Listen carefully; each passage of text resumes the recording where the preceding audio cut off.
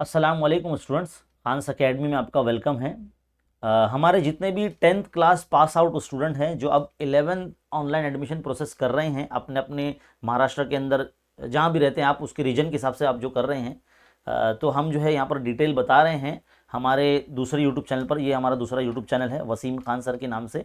यहाँ पर हम सारी अपडेट दे रहे हैं, ख़ास करके मुंबई रीजन में रहने वाले जो स्टूडेंट्स हैं जो ऑनलाइन एडमिशन प्रोसेस कर रहे हैं, तो हर लेवल पर जो है हम उनकी रहनुमाई कर रहे हैं अपने चैनल के ज़रिए।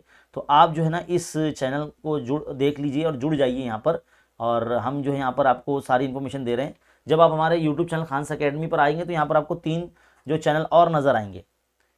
तो ये जो दूसरा जो चैनल है ये वसीम खान सर के नाम से, आप जो है इस चैनल से जुड़ जाइए, ये वाले चैनल से। इस पर हम सारी अपडेट्स वगैरह दे रहे हैं, कौन सी लिस्ट कब लगेगी, फॉर्म कब से कब तक भरना है, वगैरह वगैरह।